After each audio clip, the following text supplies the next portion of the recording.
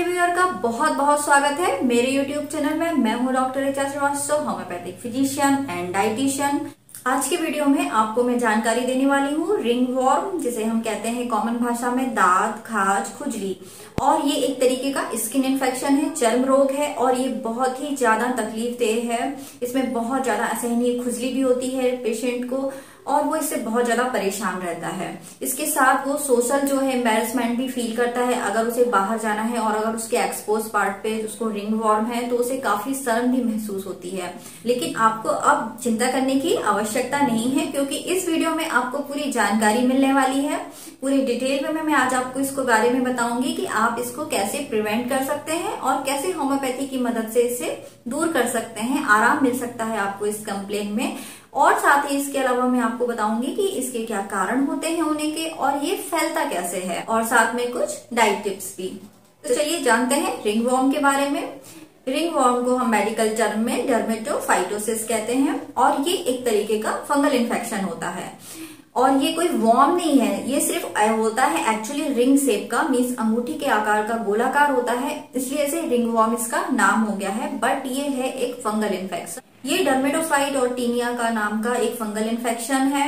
और इस taenia infection को हम डिवाइड कर सकते हैं according to the site of the presence. जहां जहां पर ये होता है उस बॉडी पार्ट के अकॉर्डिंग हम इसका नाम देते हैं। टीनिया इन्फेक्शन जो है ये मेनली 4 टाइप्स के होते हैं। फर्स्ट है टीनिया कार्पोरिस। टीनिया कार्पोरिस मीन्स कि आपकी ऑल ओवर बॉडी पे अगर रिंगवॉर्म का इन्फेक्शन हो चुका है तो वो सारे इन्फेक्शन इस कैटेगरी में आते हैं। सेकंड फॉर्म होता है tinea capitis. Tinea capitis means अगर जो रिंगवॉर्म है वो आपके स्कैल्प मीन्स कि आपके सर पर है, अगर तो हम टीनिया कैपिटिस कहेंगे।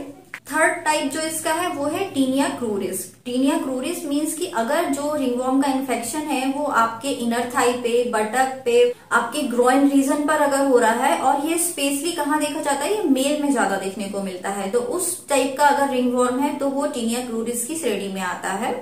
और फोर्थ टाइप का होता है टीनिया पेडिस। मीन्स कि अगर आपके पैरों में रिंगवॉर्म है, उंगलियों के बीच में पैरों की अगर रिंगवॉर्म हो रहा है, सोल में रिंगवॉर्म हो रहा है, तो ये इस कैटेगरी में आएगा। इसकी आपकी जिस जिस बॉडी साइट पर ये होता है उसी के अकॉर्डिंग इसका नाम होता है। सबसे पहले तो आप ये जानिए इसका इन्फेक्शन आपको होगा कब। अगर ये आपको कहीं पर भी आप इसके कांटेक्ट में आ गए हैं तो कम से कम 2 हफ्ते बाद आपको इसके सिम्टम्स अपनी बॉडी पे महसूस होंगे। सबसे पहले आपको उसमें खुजली महसूस होगी जहां पर भी ये होगा। खुजली के बाद आपको जो एक रिंग टाइप बनने लगेगी, अंगूठे के आकार की जो चारों तरफ की स्किन है वो थोड़ी उभरने लगेगी, और जो बीच का एरिया है वो थोड़ा हेल्दी लगेगा आपको, लेकिन चारों तरफ हल्के हल्के दाने उठाएंगे, एक उभार हो जाएगा और वो हल्का लालिमा लिए होगा, मीन्स हल्की रेडनेस आपको मिलेगी। और ये जो प्लेग बन जाते हैं गोलाकार, ये धीरे धीरे ब्लिस्टर के फॉर्म में भी बन जाते हैं, काफी बड़े भी हो जाते हैं और फैलने लगते हैं। पहले छोटा आकार रहेगा, फिर वो धीरे धीरे बढ़ता जाएगा और अपने आसपास का एरिया भी ये इन्वॉल्व करने लगता है। इसका मोड ऑफ ट्रांसमिशन कैसा है, मीन्स कि ये फैलता कैसे। कई बार आपने देखा होगा कि बॉडी में अगर ये एक जगह है तो ये दूसरी जगह भी होने लगता है, बॉडी के दूसरे पार्ट पर भी ये फैलने लगता है, या फिर फैमिली मेंबर से ही एक दूसरे में ये फैलने लगता है, या फिर आपके किसी परिचित जिसके कांटेक्ट में आप आए हैं उसके भी आपको ये लग सकता है। मतलब कि इसका जो मोड ऑफ ट्रांसमिशन है वो होता है कांटेक्ट से। मीन्स अगर आप किसी भी व्यक्ति के ऐसे संपर्क में आते हैं जिसको ये रिंगवॉर्म की प्रॉब्लम है तो आपको बहुत ज्यादा चांसेस होते हैं रिंगवॉर्म होने के। आपकी इम्यूनिटी अगर लो है, आपकी शरीर की जो इम्यूनिटी पावर है वो इसको नहीं फाइट कर पाई, इसके इन्फेक्शन अगर आपकी बॉडी में एंटर हो गए तो आपको ये होने लगता है। जैसे कि अगर आपने किसी व्यक्ति के कपड़े यूज कर लिए, उसके जो भी आर्टिकल होते हैं जैसे कि उनके पर्सनल साबुन हुए, उनके रेजर हुए, कंघी वगैरह हुई, या फिर टॉवेल हुआ, सॉक्स हुए, इनर क्लॉथ हुए, कुछ भी अगर आपने उस पर्सन के यूज किए हैं जिसको भी रिंगवॉर्म है तो आप में बहुत ज्यादा चांसेस बढ़ जाते हैं रिंगवॉर्म होने के।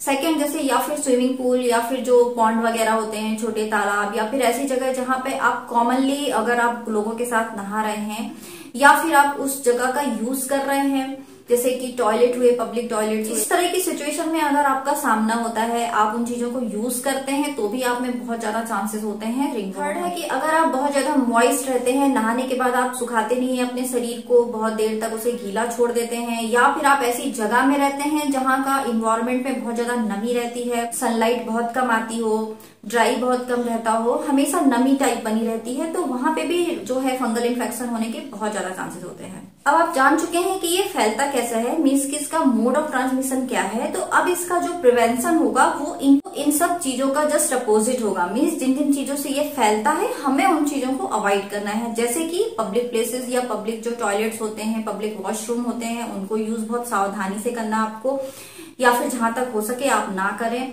सेकंड, किसी की भी चीजें ऐसी ना यूज करें जिसको कि रिंगवॉर्म या स्किन इन्फेक्शन। और अगर आपको है ये प्रॉब्लम तो आपको रेगुलरली जो है नीम बाथ जरूर लेना चाहिए। नीम बाथ मीन्स की जो नीम की पत्तियां होती हैं उन्हें अगर आप बॉयल करके उस पानी से नहाते हैं उसे ठंडा करने के बाद, तो वो आपके लिए बहुत ज्यादा बेस्ट, और ये सभी तरह के स्किन प्रॉब्लम के लिए एक बहुत अच्छा घरेलू नुस्खा भी है और बहुत अच्छा सपोर्टिव ट्रीटमेंट भी है।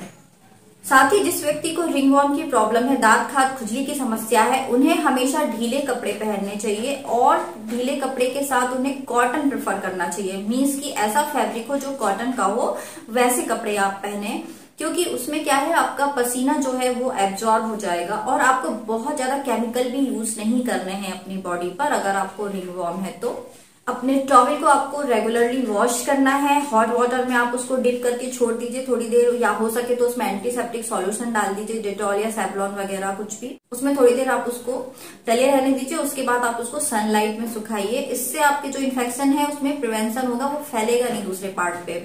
और एक मोस्ट इम्पॉर्टेंट चीज, इसमें ईचिंग जो होती है बहुत इररेजिस्टेबल होती है, मीन्स की असहनीय खुजली होती है पर्सन को, और पर्सन क्या करता है अपने नाखूनों से उसे स्क्रैच करता है, क्योंकि उससे ऐसा करने से बहुत अच्छा लगता है, लेकिन ये उसके फैलने का सबसे बड़ा कारण होता है। अगर आप अपने नाखूनों से उसे खुरच के उसे खुजाएंगे, स्क्रैच करेंगे और उसके बाद आप अपने हाथ धोएंगे नहीं और फिर अपने बॉडी के किसी पार्ट को छुएंगे, तो नाखूनों के थ्रू जो ये है इन्फेक्शन आपको दूसरे बॉडी पार्ट पे भी होने लगता है।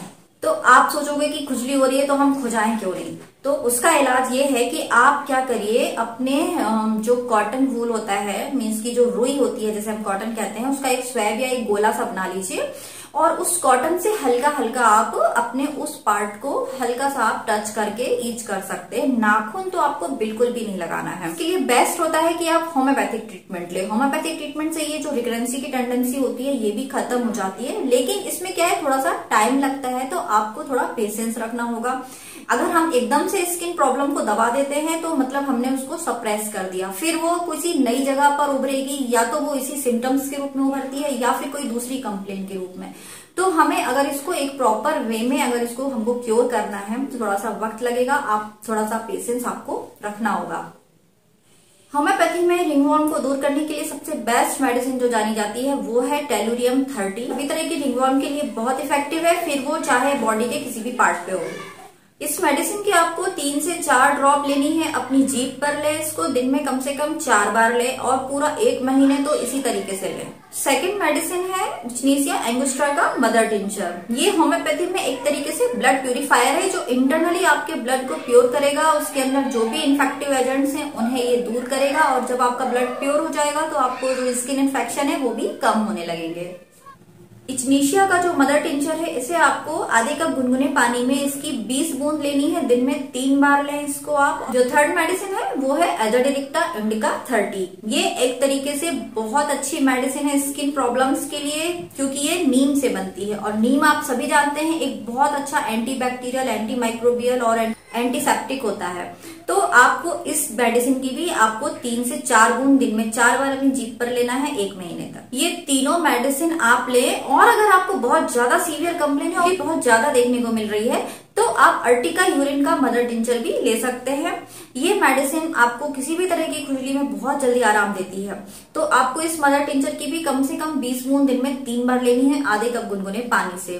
तो ये चारों मेडिसिन का कॉम्बिनेशन आप लीजिए, और ये चारों ही ले, ये नहीं कि आप कोई एक ले लें, पूरी मेडिसिन लें, पूरा कोर्स करें इसका 1 महीने का, और धीरे धीरे जो है आपको ये रिंगवॉर्म की कंप्लेन में आराम मिलता जाएगा। तो ये एक तरीके से इसका प्रॉपर ट्रीटमेंट हुआ। और इसके साथ आपको विटामिन सी रिच डाइट बहुत ज्यादा अमाउंट में लेनी है, जैसे कि आप सारे खट्टे फल ले सकते हैं, जैसे संतरे वगैरह हो गया, नींबू हुआ, पत्ता गोभी, ब्रोकली, जितने भी ग्रीन वेजिटेबल है इन सभी को लेना, जिससे आपकी इम्यूनिटी पावर स्ट्रांग हो, बॉडी जो है आपकी फाइट कर सके इन्फेक्शन को। आपको कुछ चीजों को नहीं खाना, जैसे कि बहुत ज्यादा स्पाइसी या फिर मसालेदार चीजें आपको नहीं खानी है, नॉन वेज भी ज्यादा नहीं खाना है, ऑयली चीजें भी आपको कम करनी है। जितना हो सके आप हेल्दी खाना खाएं और पानी बहुत पिए। पानी भी आपको इंटरनली प्यूरिफाई करेगा आपकी बॉडी को। इसके अलावा अगर कोई कंफ्यूजन रह गया है आपके माइंड में इस डिसीज से लेके, तो आप मुझे कमेंट करके पूछ सकते हैं। मेरा वीडियो आपने यहाँ तक देखा, मतलब आपको अच्छा लगा तो एक लाइक जरूर कर दीजिएगा और साथ में इसको शेयर करिएगा ज्यादा से ज्यादा लोगों तक, जिससे सबको इसका लाभ मिल सके। और इम्पोर्टेंट बात, अगर आपने अभी तक सब्सक्राइब नहीं किया है तो इसे जल्द से जल्द कर दीजिए और बेल आइकॉन को भी प्रेस करना बिल्कुल मत भूलिएगा। बेल आइकॉन के साथ आपको ऑल पर भी क्लिक करना है, नहीं तो आपको नोटिफिकेशन नहीं मिलेंगे मेरे वीडियोस के, जो भी मैं आगे बनाऊंगी। तो चलिए मिलते हैं एक नए टॉपिक के साथ नेक्स्ट वीडियो में। वीडियो देखने के लिए आप सभी का बहुत बहुत धन्यवाद।